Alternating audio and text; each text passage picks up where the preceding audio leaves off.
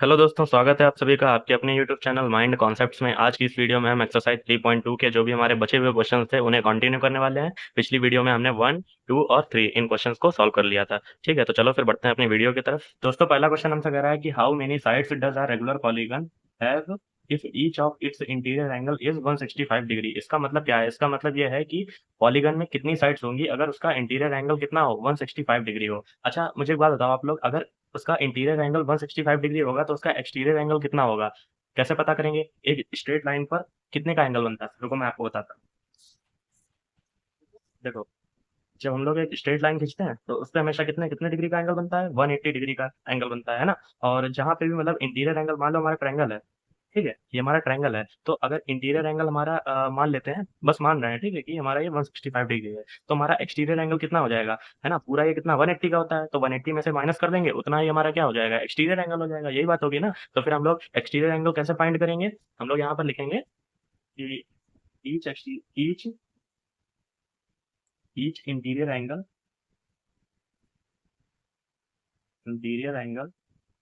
Is equal to 165 degree. ठीक है, तो लिखेंगे कि exterior angle is equal to exterior angle is equal to, इसका फॉर्मूला लिख देंगे कि 180 डिग्री माइनस, और जो भी आपका हो थीटा, है ना। थीटा क्या, थीटा की जगह पे हम लोग इंटीरियर एंगल लिख देते हैं। आप लोग अपने आगे वाले क्लास में पढ़ेंगे कि हम लोग एंगल्स को थीटा मानते हैं, है ना। तो वही मैंने बोल दिया था। तो 180 डिग्री माइनस इंटीरियर एंगल, तो आपका क्या आ जाएगा? एक्सटीरियर एंगल आ जाएगा। तो हम लोग यहाँ पे क्या कर देंगे? 180 डिग्री माइनस 165 डिग्री, तो ये हमारा कितना आ जाएगा? जब हम इसे माइनस करेंगे तो ये हमारा आ जाएगा 15 डिग्री। इसका मतलब जो हमारा इंटीरियर एंगल है वो कितना आ गया? 15 डिग्री आ गया। अब अगर आपने पिछली वीडियो देखी है तो उसमें मैंने आपको एक फार्मूला बताया था। हमें निकालना क्या, साइड निकालना है ना। तो मैंने साइड का एक फार्मूला बताया था कि ऐसे करके था, exterior angle exterior angle is equal to 360 upon number of sides. ठीक है, यही बताया था। वैसे फार्मूला तो मतलब फार्मूला कह सकते हो, है ना। अगर याद करना है तो फार्मूले के उससे याद कर लो, वरना समझने वाली बात है कि अगर जो है आपको एक्सटीरियर एंगल पता करना है तो आप 360 को नंबर ऑफ साइड से डिवाइड कर दोगे तो आपको एक्सटीरियर एंगल आ जाएगा, है ना। तो हम लोग क्या करेंगे? हम लोगों को गिवन क्या है? हम लोगों को एक्सटीरियर एंगल पता है और ये पता है कि सारे मतलब इंटीरियर एक्सटीरियर एंगल्स का सम कितना, 360 होता है। ठीक है, नंबर ऑफ साइड निकालनी है तो हम लोग पहले वुड मतलब वैल्यू पुट कर देते हैं। ठीक है, जो भी जहाँ पे लिखा है, तो एक्सटीरियर एंगल की जगह पे एक्सटीरियर एंगल की वैल्यू पुट कर देंगे 15 डिग्री, तो यहाँ पे लिख देंगे 15 डिग्री इज इक्वल टू, फिर 360 लिखा है हमारे सामने, और हमें फाइंड क्या करना है? Number of side. ये देखो, नंबर ऑफ साइड फाइंड करनी है। देखो लिखा है ना, हाउ मेनी साइड्स, है ना। तो हमें नंबर ऑफ साइड्स जो है फाइंड करनी है, तो हम लोग यहाँ पे नंबर ऑफ साइड्स लिख देते हैं। अब हम लोग क्या करेंगे? नंबर ऑफ साइड्स को इधर ले आएंगे और 15 को नीचे लिख लेंगे, है ना। क्योंकि हमें नंबर ऑफ साइड्स पता करना है तो यहाँ पे हम लिखेंगे नंबर ऑफ साइड्स को n लिख लें, है ना। n is equal to 360 degree upon 15। तो ये आपका आ जाएगा 15 टू जा 30 और 6 तो 15 फोर जा 16, यानी हमारी कितनी साइड्स होंगी? 24 साइड्स। दोस्तों, हम लोग नेक्स्ट क्वेश्चन देखते हैं, इसमें क्या कह रहा है। नेक्स्ट में जो ए पार्ट है, is it possible to have a regular polygon with measure of each exterior angle as 22 degree. इसका क्या मतलब है? इसका मतलब ये है कि क्या ये बात पॉसिबल है कि मतलब एक रेगुलर पॉलीगन है, उसका जो एक्सटीरियर एंगल है वो कितना, 22 डिग्री हो। तो ऐसा पॉलीगन क्या पॉसिबल है? तो हम लोग कैसे पता करेंगे, चलो देखते हैं। तो हम लोग सोल्यूशन ये लिखिए। ठीक है, अब हम लोग क्या करेंगे? अच्छा, इसमें क्या दिया है? एक्सटीरियर एंगल दिया है। ठीक है, तो लिख लेते हैं यहाँ पे each exterior angle is equal to 22 degree. इसके बाद में sum of all exterior angle कितना होता है? बताया था मैंने कि नहीं? अगर पिछली वीडियो देखी है तो मालूम होगा। Sum of all exterior angles is equal 360 degree. ठीक है, हम लोग क्या करेंगे, मैं आपको बता देता हूँ पहले। ठीक है, ये पूछ रहे हैं कि हर एक मतलब जो एक्सटीरियर एंगल है वो आपका 22 डिग्री हो, क्या ऐसा रेगुलर पॉलीगन पॉसिबल है? तो ये हम लोग कैसे पता करेंगे? हम लोग उस वाले फार्मूले में वैल्यू को रखेंगे 360 अपॉन नंबर ऑफ साइड्स वाले फार्मूले में। अगर 22 का मल्टीपल मतलब 22 का मल्टीपल आपका वो हुआ 360, तब तो आपका पॉसिबल है, और नहीं तो नहीं होगा। चलो देखते हैं कैसे करते हैं। हम लोग लिखेंगे यहाँ पे एक्सटीरियर एंगल का फार्मूला क्या है? Exterior angle exterior angle is equal to 360 upon number of sides. यही है ना। अब तुम नंबर ऑफ साइड्स को इधर भी कर सकते हो और एक्सटीरियर एंगल को इधर भी कर सकते हो, अपनी जरूरत के अकॉर्डिंग, है ना? अगर आपको ये गिवन है तो इसे यहीं रखेंगे, है ना? अगर ये गिवन है तो इसको यहाँ पे लाते हैं, है ना? बस। तो हम लोग क्या कर लेते हैं, नंबर ऑफ साइड्स को इधर कर लेते हैं, एक्सटीरियर एंगल को इधर कर लेते हैं, क्योंकि हमें 22 जो दिया है वो एक्सटीरियर एंगल है ना, इसलिए। ठीक है, तो हम लोग क्या करेंगे, नंबर ऑफ साइड्स ऐसे लिख लेंगे, number of sides is equal to 360 upon exterior angle. देखो भाइयों, कभी फार्मूला रटो नहीं, ठीक है? बना लो अपने आप फार्मूला। ऐसे मतलब ऐसे कॉन्सेप्ट को अगर समझ लोगे तो फार्मूला खुद बना लोगे, जो कुछ गिवन होगा उसके अकॉर्डिंग, है ना? तो 360 upon exterior angle, exterior angle कितना है, इधर ही लिख लेते हैं। एक्सटीरियर एंगल कितना है, 360 अपॉन 20। अब जरा इसे काटने की कोशिश करो, देखो 22 के टेबल में आपका 360 तो आएगा नहीं, और ना ही मतलब ये कटेगा, तो हम लोग क्या करेंगे, इसे 2 से काट लेते हैं, कैसे, 2 1 जा 2, है ना? फिर इधर कितना हो जाएगा, ये 180 हो जाएगा ऊपर, और 11 तो किसी से कटने से रहा, ये देखो देख नहीं रहा होगा, सॉरी। देखो यहाँ पे कितना आ जाएगा, अगर इसे 2 से मैंने काटा है, दोनों को 2 से काटा है, 2 1 जा 2, 2 1 जा 2, ठीक है? और यहाँ पे ऊपर 180 आ जाएगा 2 से काटने पे, तो देखो अब तो ये कटने से रहा, प्राइम नंबर है पूरा, है ना? तो ये तो नहीं कटेगा किसी से, तो हमारा ये क्या आंसर आया, 180 अपॉन 11। अब मुझे बात बताओ भाई कि 180 अपॉन 11 क्या साइड है? आप कह सकते हो कि मतलब 1 2 3 4 ऐसे करके आप होल नंबर में आप बता सकते हो ना कि ये मतलब इतनी साइड्स होंगी, है ना, पॉलीगन में। अब ये थोड़ी ना कह दोगे कि 180 अपॉन 11, ये थोड़ी ना आपकी साइड हो जाएंगी, तो यहाँ पे लिख देंगे कि this is not whole number, this is not whole number.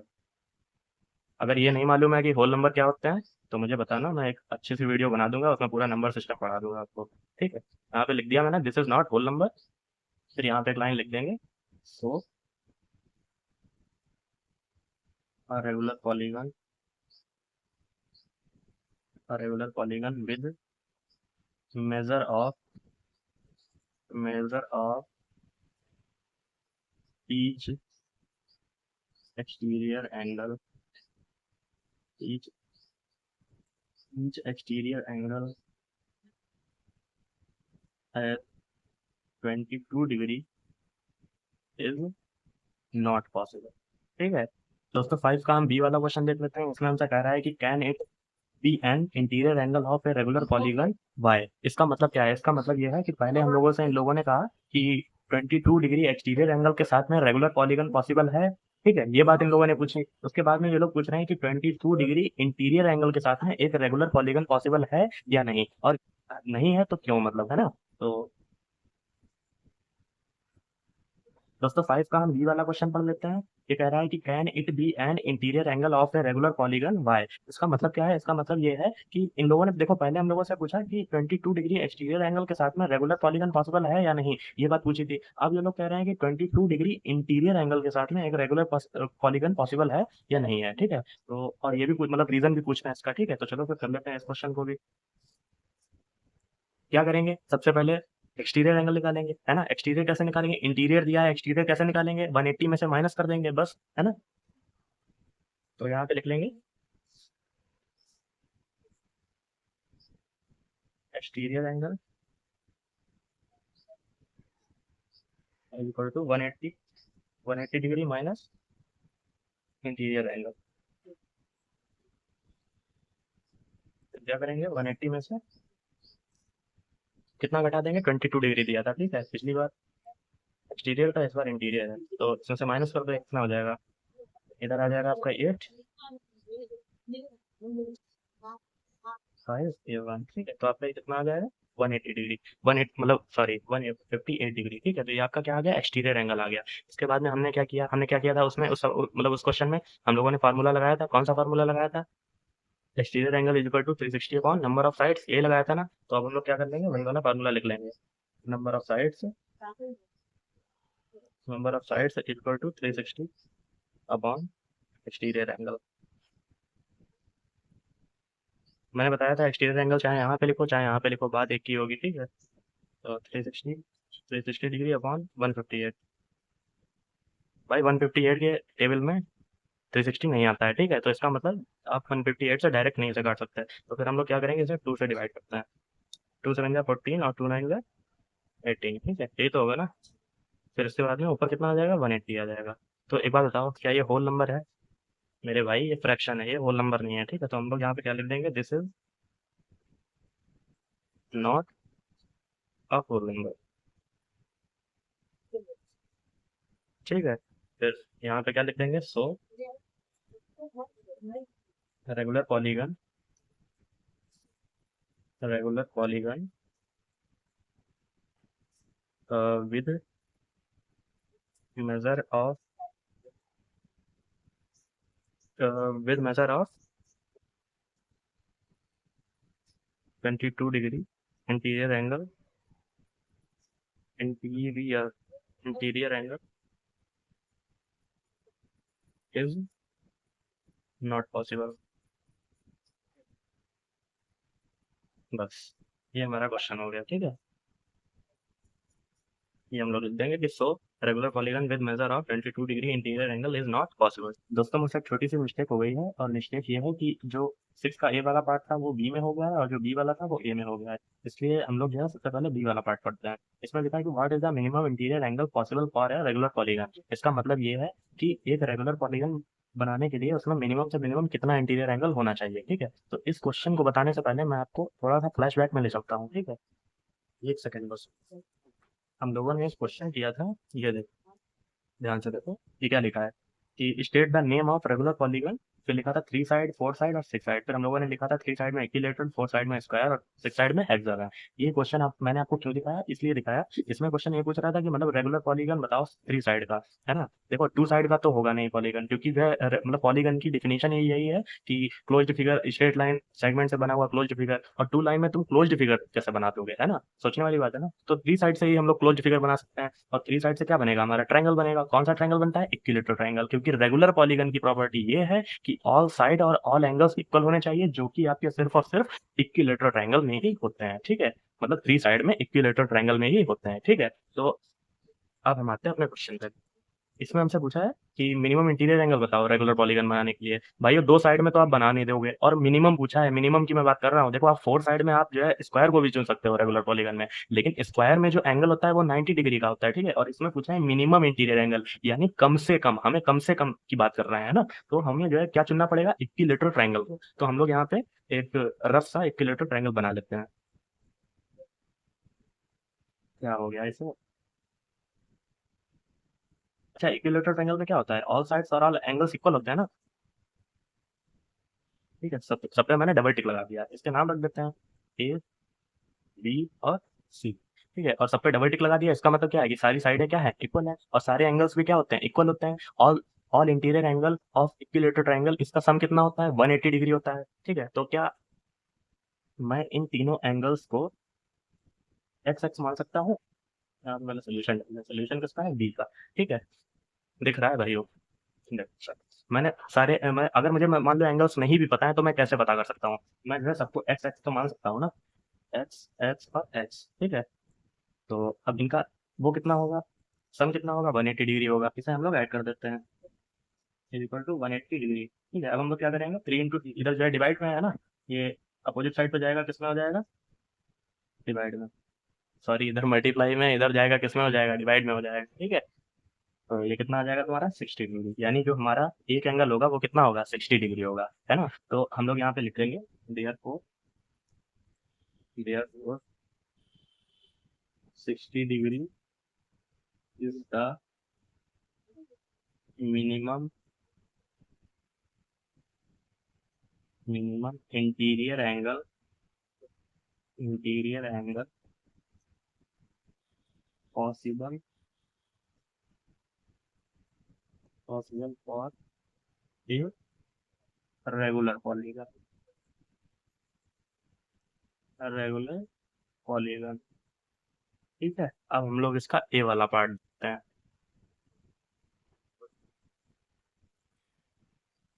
ए वाला पार्ट क्या कह रहा है हमसे कि व्हाट इज द, अच्छा आपको दिख नहीं रहा होगा ना, मतलब दिखा नहीं होगा ना उस टाइम, अब देख लो। ये क्या लिखा है, therefore 60 degree is the minimum interior angle possible for regular polygon. What is the maximum exterior angle, ठीक है। ये आपका क्या लिखा है, ये लिखा है एक्सटीरियर एंगल, ठीक है।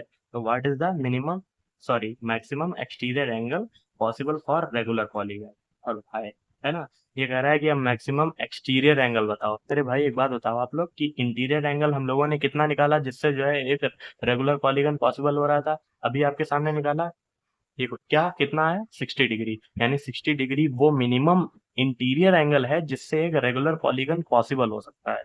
तो मेरे भाई जब इंटीरियर एंगल 60 डिग्री है तो फिर एक्सटीरियर एंगल कितना हो जाएगा, 180 में से 60 को अगर माइनस कर देंगे तो पता चल जाएगा, यानी 120 डिग्री, है ना। चलो इसे सॉल्व कर लेते हैं।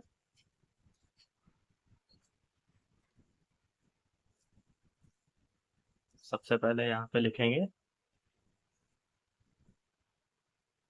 सोल्यूशन। सॉरी, अब लिख लेते हैं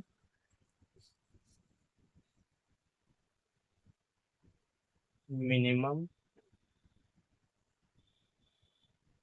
interior angle, interior angle for a regular polygon. ठीक है, रेगुलर पॉलीगन कितना निकाला था हम लोगों ने, 60 डिग्री। अब एक बात बताओ, जब मिनिमम इंटीरियर एंगल 60 डिग्री है तो फिर एक्सटीरियर एंगल कितना होगा। यहाँ पे वही लिखेंगे, वही बात कि exterior angle is equal to, formula लिखें कि ना लिखें, चलो लिख लेते हैं, ठीक है। यहाँ पे लिख देंगे exterior angle is equal to 180 degree minus क्या, इंटीरियर। ठीक है, इंटीरियर एंगल, अब इसे माइनस कर देते हैं 180 में से, 180 में से इंटीरियर एंगल कितना है 60 डिग्री, ये माइनस किया तो हमारा आ गया 120 डिग्री, यानी 120 डिग्री वो मैक्सिमम एंगल है, मैक्सिमम एक्सटीरियर एंगल है। ठीक है, तो यहाँ पे क्या लिखेंगे कि देयरफॉर, देयरफॉर, देयर THERE, है ना, therefore 120 degree is the maximum, maximum exterior angle, maximum exterior angle possible for, possible for a regular polygon. दोस्तों उम्मीद करता हूँ कि आपको इस वीडियो में बताए हुए सारे क्वेश्चंस बहुत ही अच्छे से समझ में आ गए होंगे। अगर आपका कोई भी डाउट रह गया है तो आप कमेंट सेक्शन में अपना डाउट बता सकते हैं, मैं आपका डाउट जरूर क्लियर करूंगा। और वीडियो पसंद आई है तो वीडियो को लाइक कर देना, चैनल पे नए हो तो चैनल को सब्सक्राइब कर लेना। Thank you.